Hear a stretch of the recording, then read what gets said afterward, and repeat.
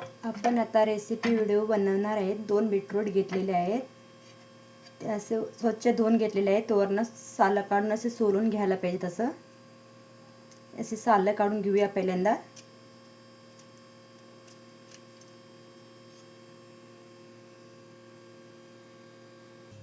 आपले बीटरूट असं सोलून झालेले आहेत, त्याला बारीक असं किसून घ्यायचं आहे। या जारणीवर बारीक असं किसून घेणार आहे।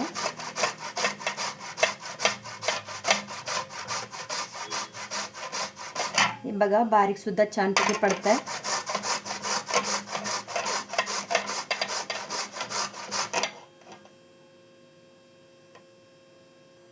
हे पहा बारीक बीटरूट असं चिरून झालेलं आहे, किसून झालेलं आहे, बघू शकता।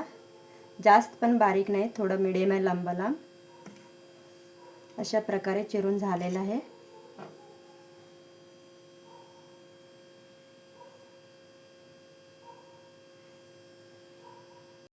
बीटरूट चिरून झालेला आहे। बीटरूट चिरायलाच थोडी किसण्यासाठी थोडी मेहनत लागते।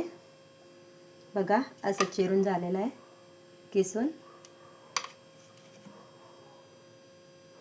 चला आता आपण एक मोठा कांदा चिरून घेतलेला आहे, त्याच्यामध्ये 2 मिरची चिरून घेतलेला आहे, टोमॅटो बारीक चिरून घेतलेला आहे। चला कढई गॅसवर ठेवून देऊया।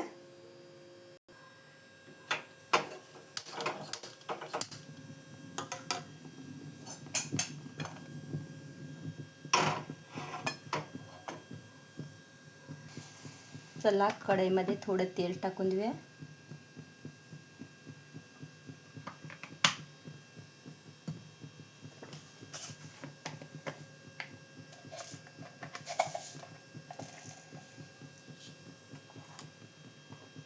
तेल आता गरम झालेलं आहे, त्याच्यामध्ये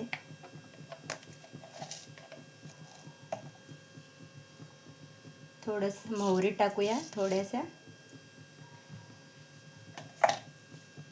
थोडंसं जिरं टाकूया,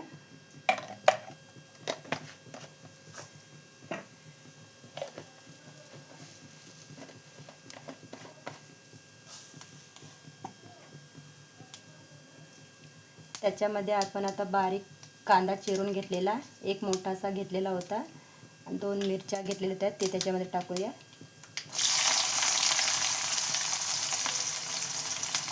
कांदा असा बरा भाजून यायला पाहिजे, लालसर व्हायला पाहिजे।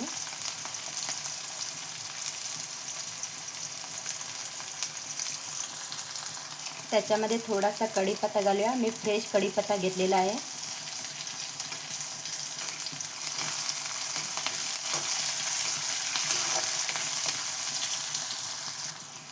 बघा कांदा भाजत आलेला आहे। आता त्याच्यामध्ये बारीक चिरून घेतलेला टोमॅटो टाकूया। मी मोठे पीस केले नाही, मला बारीक आवडतात, त्याच्यामुळे मी बारीक केले असे।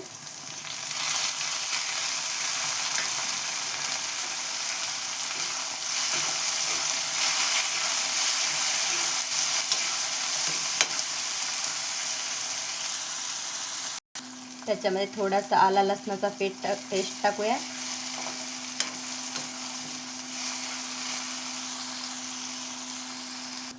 हे बघा कांदा असा भाजून तयार झालेला आहे, टोमॅटो सुद्धा बारीक झालेला आहे भाजून। त्याच्यामध्ये आपण गरम मसाला घालून घेऊया थोडासा, त्याच्यामध्ये थोडीशी हळद टाकून घेऊया, त्याच्यामध्ये थोडीशी लाल मिरची टाकूया, बरं असं मिक्स करून घेऊया। मी थोडीशीच लाल मिरची टाकलेली आहे, कारण की मी मिरच्या घातलेल्या तिखट वगैरे जास्त होणार त्याच्यासाठी।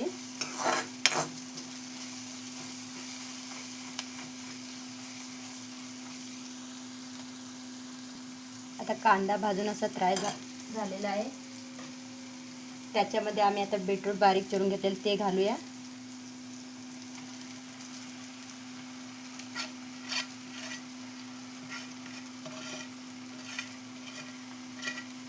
घालून झालेलं आहे, असं बरं मिक्स करून घेऊया। बीटरूटाची सुक्की भाजी अशी खाण्यासाठी सुद्धा छान लागते।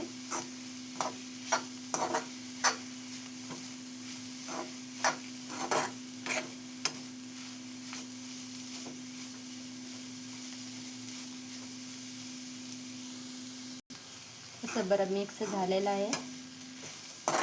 2 मिनिटासाठी झाकून ठेवूया. पाणी घालायची गरज नाही, ती वाफेवरच शिजणार आहे. 2 मिनिटासाठी झाकून ठेवूया.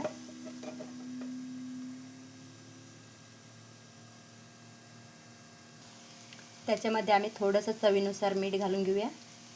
आपल्याला किती पाहिजे असं तेवढंच अंदाजने घातलेलं आहे. त्याच्यामध्ये 2 मिनिटं हलवून घेऊया असं.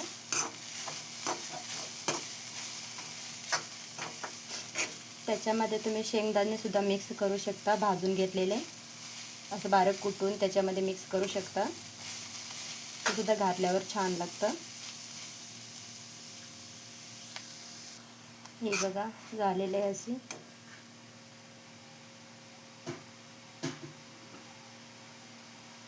त्याच्यावरती असं वली कोथिंबीर घेतलेली, चिरून घेतलेली टाकून देऊया.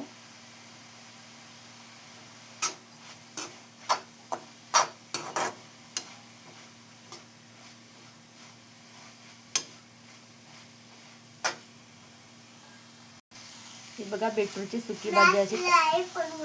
ही बघा शिजून सुद्धा तयार झालेली आहे. बीटरूटची सुकी भाजी अशी तयार झालेली आहे. आवडला असला तर लाईक करा, सबस्क्राईब करा. थँक्यू, धन्यवाद.